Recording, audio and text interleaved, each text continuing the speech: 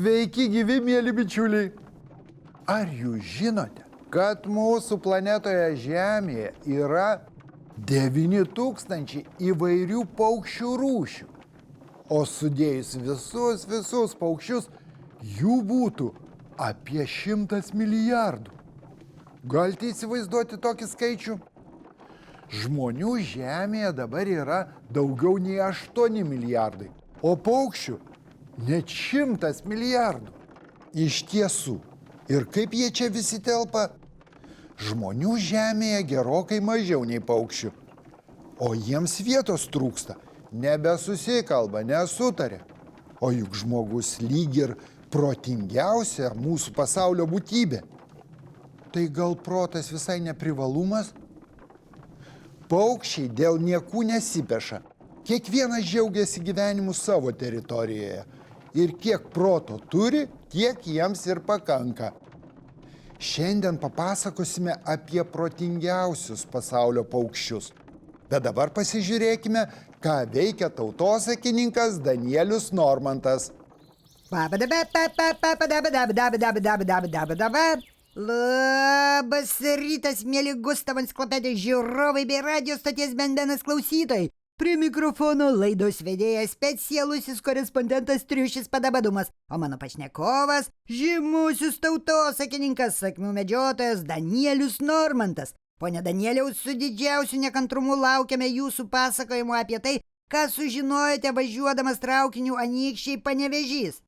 Sveiki visi, ši istorija išties nuostabi.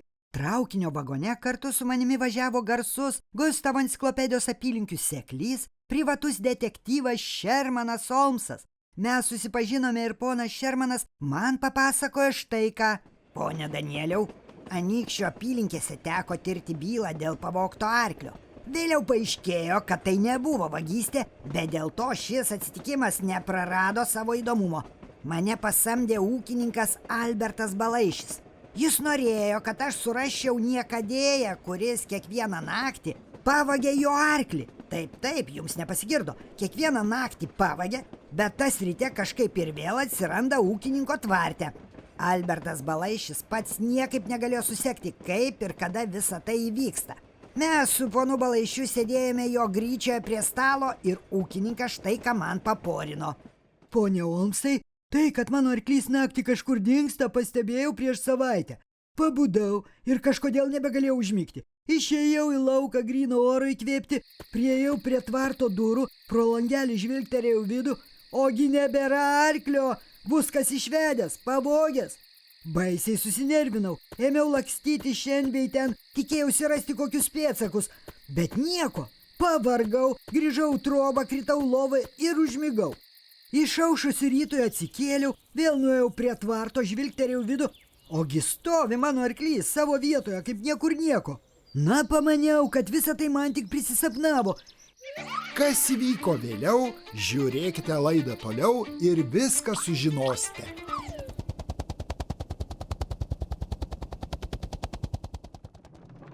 Mėly bičiuliai, štai mes su profesoriumi Kalėdausku po visą pasaulį skraidome orlaiviu. O paukščiai patys savo jėgomis plasnodami sparnais. Kodėl žmogus negali prie rankų prisitvirtinti sparnų, suplasnoti ir nuskristi? Kaip pasakė vienas išminčius, gimę šliaužioti niekada neskraidys. Na, šis posakis perkeltine prasme reiškia visai ką kitą. Žmogus nešliaužia, o vaikšto stačias 2 kojomis. Nors, tiesą pasakius, žmogus ir šliaužioti moka, bet skraidyti kaip paukštis negali. Taip yra todėl, kad visa paukščio kūno sandara pritaikyta skraidyti. Paukščių kaulai viduje yra korėti, turi ertmes pripildytas oro, todėl lengvi, bet tvirti. Ant krūtinės yra speciali kaulo atauga ketera, prie kurios pritvirtinti stiprus raumenys, padedantis mojuoti sparnais. Nors žinoma, yra paukščių, kurie turi sparnus, bet neskraido. Dabar aš jums papasakosiu apie paukščius, kurie mokslininkų manymų yra patys protingiausi.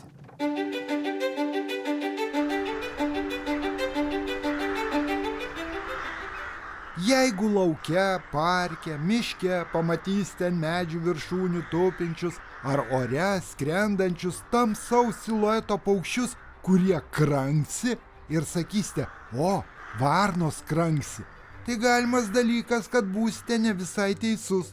Panašiai atrodo beveik visi varnų šeimai priklausantis paukščiai.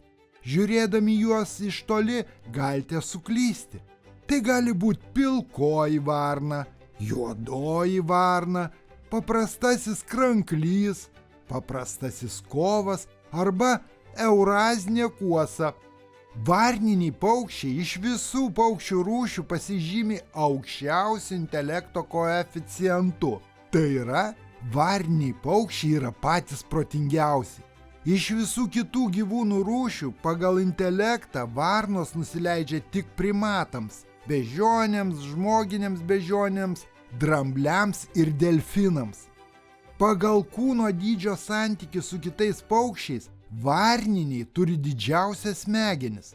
Jie sugeba pasinaudoti primityviais įrankiais, kai nori pasiekti tikslą. Pavyzdžiui, šakele gali iškrapštyti maistą įstrigus tarp akmenų ar kur kitur. Į butelį, kuriame yra šiek tiek vandens, varnos primėto smulkių akmenukų, vandens lygis butelyje pakyla ir varna gali atsigerti.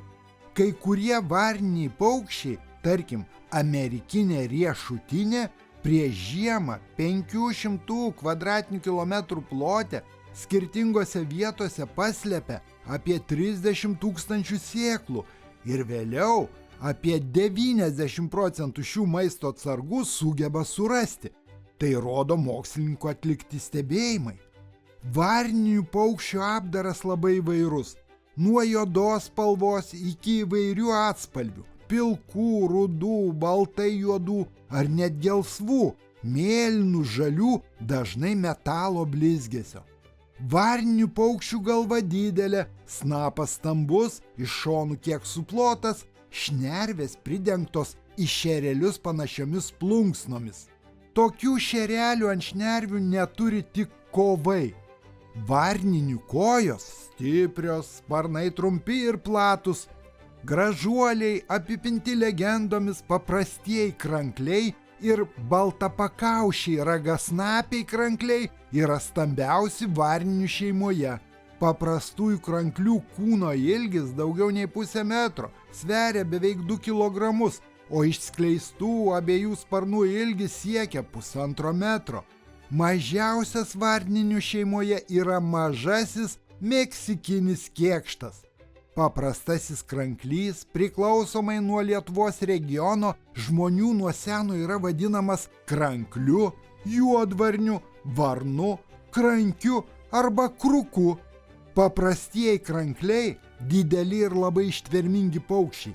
Sakoma, kai skrenda kranklys, tai šniokščia oras.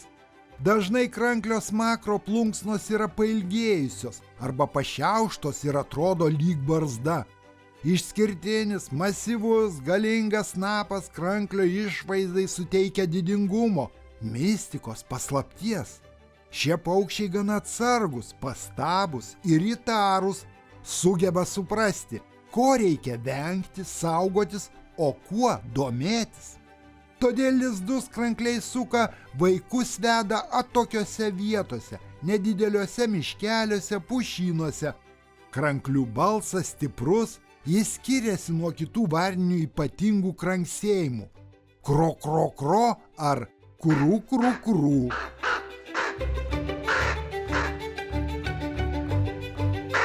Gustavo enciklopedijoje nepaprasti sakmių medžiotojo Danieliaus Normanto nuotykiai. Išaušusi rytui atsikėliau, vėl nuėjau prie tvarto, žvilgterėjau vidų, ogi stovi mano arklys savo vietoje, kaip niekur nieko. Na, pamaniau, kad visa tai man tik prisisapnavo.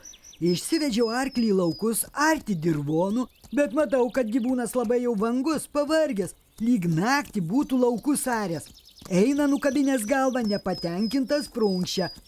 Tiesą pasakius, ponė Omsai, tas mano arklys visada buvo keistas, lyg ir sveikas drūtas, bet arti laukų vežimų tampyti nemėgo.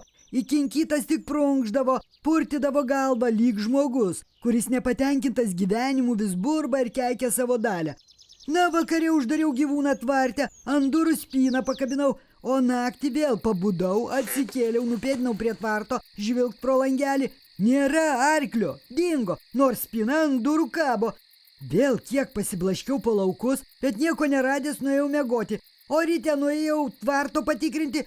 Arklys stovi savo vietoje ir šitaip tęsiasi visą savaitę. Kaip, kada ir kas mano arklį išvesdavo, o ryte atgal atvesdavo, niekaip negalėjau susekti. Gal jums, ponė Omsai, pavyksta tai padaryti, išsiaiškinti, kokie čia stebuklai. Aš jums už darbą gerai sumokėsiu. Kągi, ėmiausi darbo. Prieš naktį įsikabarojau kieme augusį medį, pasislėpiau tarp šakų lapų ir ėmiau laukti, stebėti, kas čia bus. Prieš vidurnaktį jau girdžiu, kažkas bruzda. Pro plyšį tarp tvarto durų iš vidaus kažkieno ranka išlindo, atrakino spyną, po akimirkos duris atsivėrė ir į lauką tyliai išsliūkino arklys. Sustos pasiklausė, apsižvalgė ir nupėdino už daržinės. Nieko nebemačiau, todėl jau norėjau lipti iš medžio ir sekti, kur tas arklys nuėjo, bet staiga iš už daržinės išėjo žmogus, gražiai apsirengęs, kostiumą apsivilkęs. Sustojo vidur kiemo, pasižiūrėjo į mėnulį, o kai jo veidą apšvietė pilnatė šviesa, aš vos iš medžio neiškritau. Tai buvo ne žmogus, o ūkininko Alberto Balaišio arklys, tik žmogaus drabužiais apsirėdęs ir 2 kojom vaikštantis. Kaip pasakytų mokslininkai zoologai, tai bent metamorfozė, pasikeitimas įvyko. Arklys išėjo į kelią ir pagreitinę žingsnį nukiceno traukinių stoties pusėn. Tuomet išlipau iš medžio ir nusekiau bėglių iš paskos. Laikiausi kiek atokiau nuo arklio, slapščiausi už pakelės medžių, kad šis keistas gyvis manęs nepastebėtų. Arklį pavijau traukinių stotyje. Čia galėjau nebesislėpti. Ten perone buvo ir kitų žmonių, kurie laukė naktinio traukinio į Vilnių. Kas įvyko vėliau, žiūrėkite laidą toliau ir viską sužinosite. Štai, mėly bičiuliai, jau ir pavasaris tuoj pasibaigs, prasidės kalendorinė vasara. Paukščiai jau seniai sugrįžo iš šiltų kraštų, susisuko lizdus, dauguma jau išperėjo vaikus. Paukščiams dabar pats darbymetis. Reikia išmaitinti, išauginti jaunąją kartą. O štai dauguma pilkųjų varnų, kuosų, lieka žiemoti Lietuvoje, rudenį niekur neišskrenda. Šitaip sutaupo laiką, energiją, bet žiemą Lietuvoje sunkiau išgyventi. Varnos mėsėdžiai paukščiai, tiksliau maitėdos. Pamėgink, kad gudrus žiemą lauke gyvendamas nesušalti ir prasimaitinti. Šiais klimato atšilimo laikais, kai žiemos Lietuvoje jau ne tokios šaltos kaip seniau, ir varnoms lengviau. Apskritai visų paukščių migracijos grafikas keičiasi. Yra paukščių, kurie seniau žiemą išskrisdavo į šiltus kraštus, o dabar jau ne, lieka žiemoti Lietuvoje. Bet pabaikime pasakoti istoriją apie varninius paukščius. O vėliau su laidos žiūrovais susitiksime virtuvėje, kulinarinių pamokėlių skyrelyje.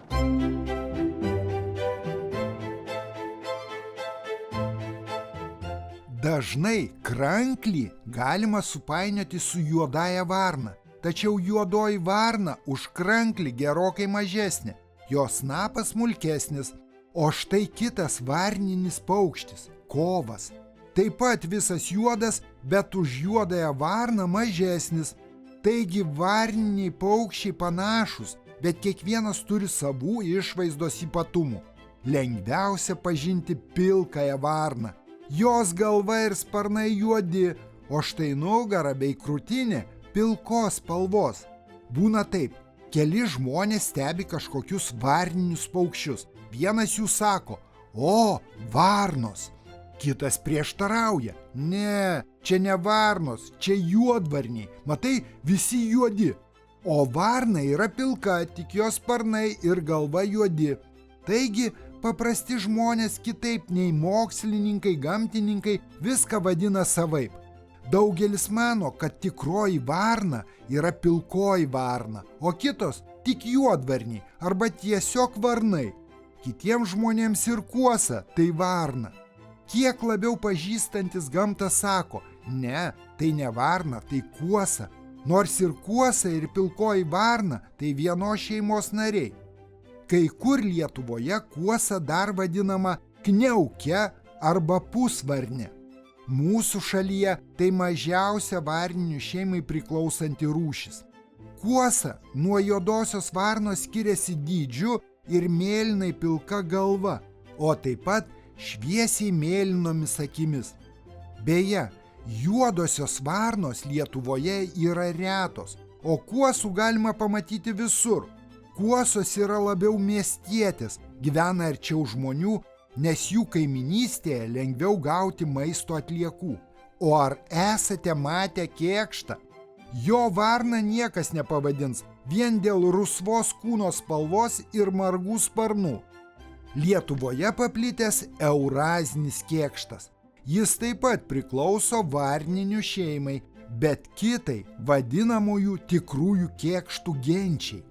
Eurazinis kėkštas arba tiesiog kėkštas yra kuosos dydžio paukštis, tačiau kėkštas labiau miškų gyventojas, mieste jį retai kada pamatysi.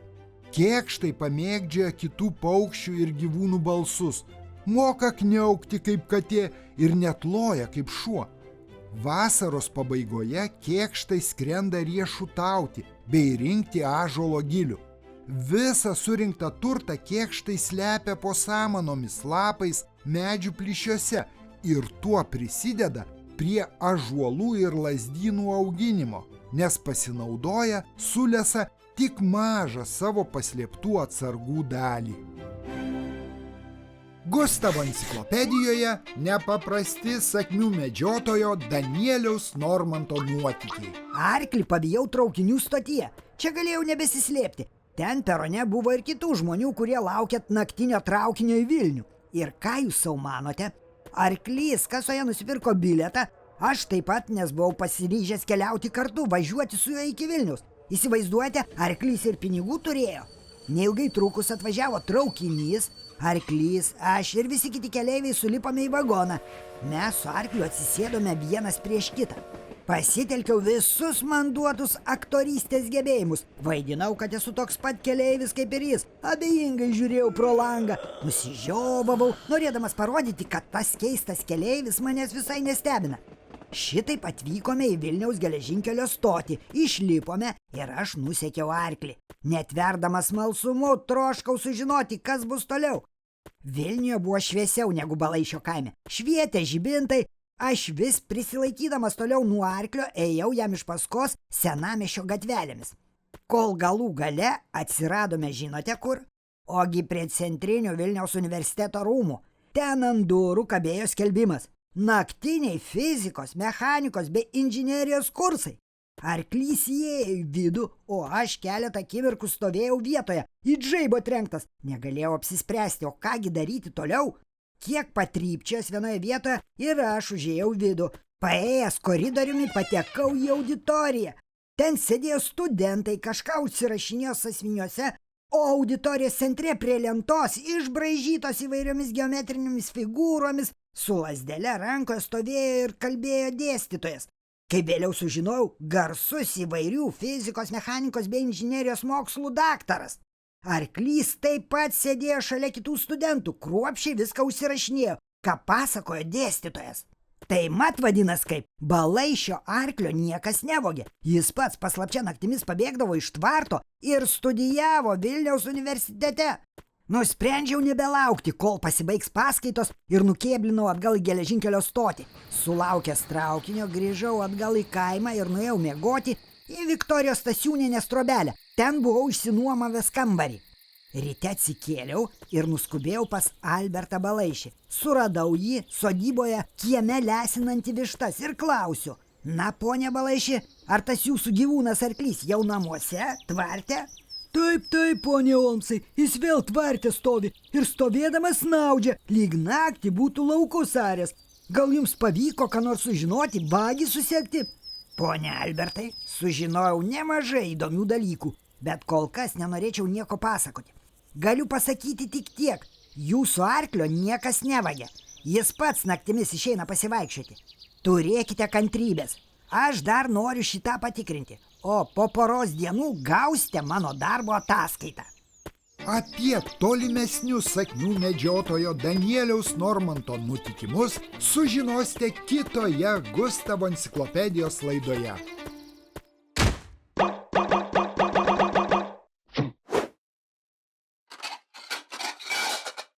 Mėly bičiuliai, šiandien aš jums parodysiu, kokį patiekaliuką pusryčiams labai dažnai valgo visa mūsų kūrybinė grupė. Aš, operatorius Egidijus, garso režisierius Algimantas.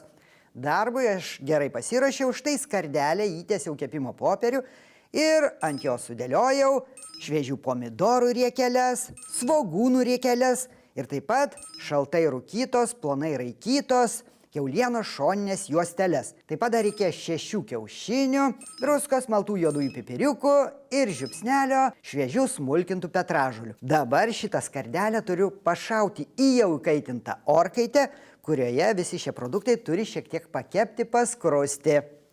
Dedam.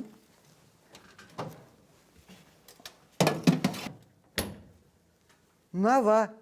Dabar trumpa pertraukėlė, todėl kad kol tie produktai orkaitėje nepakeps, nepaskrus, mes nieko toliau daryti negalime. Reiks truputėlį palaukti.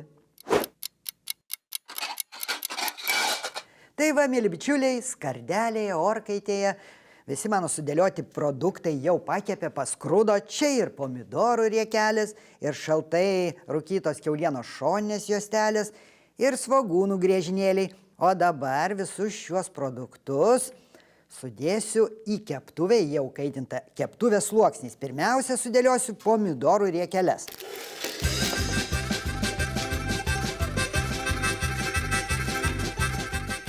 Ant jų svogūno griežinėlius ir šaltai rūkytos kiaulienos šoninės juosteles. Dedam keptuvę ant viryklės, o dabar čia reikia įmušti 6 kiaušinius.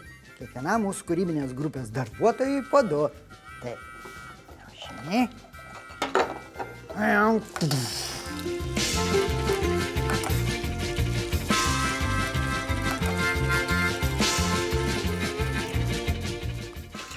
Viską truputėlį pabarstysiu druska ir maltais juodaisiais pipiriukais.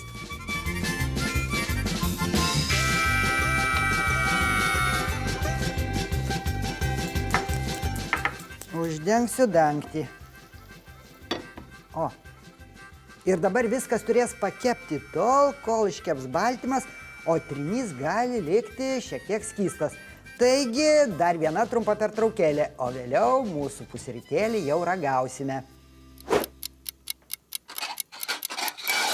Mėly bičiuliai, mūsų kūrybinės grupės pusrytėlis jau pagamintas, paruoštas. Keptuvę pasidėjau ant lentelės. Kągi, atidarom dangtį. O, gražiai atrodo. Ir čia pabarstysiu žalių šviežių petražolių. Taip. O. Gana. Aš savo porcijėlę atsipjausiu, įsidėsiu į lėkštę ir paragausiu.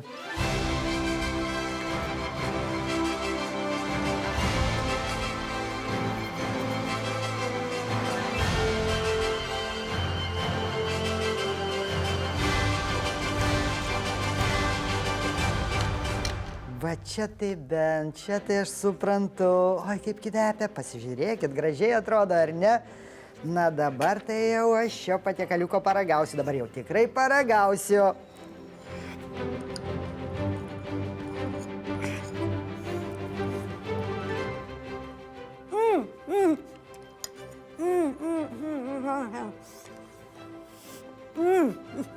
Tobula.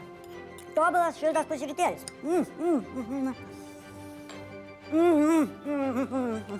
Dar gabaliuką.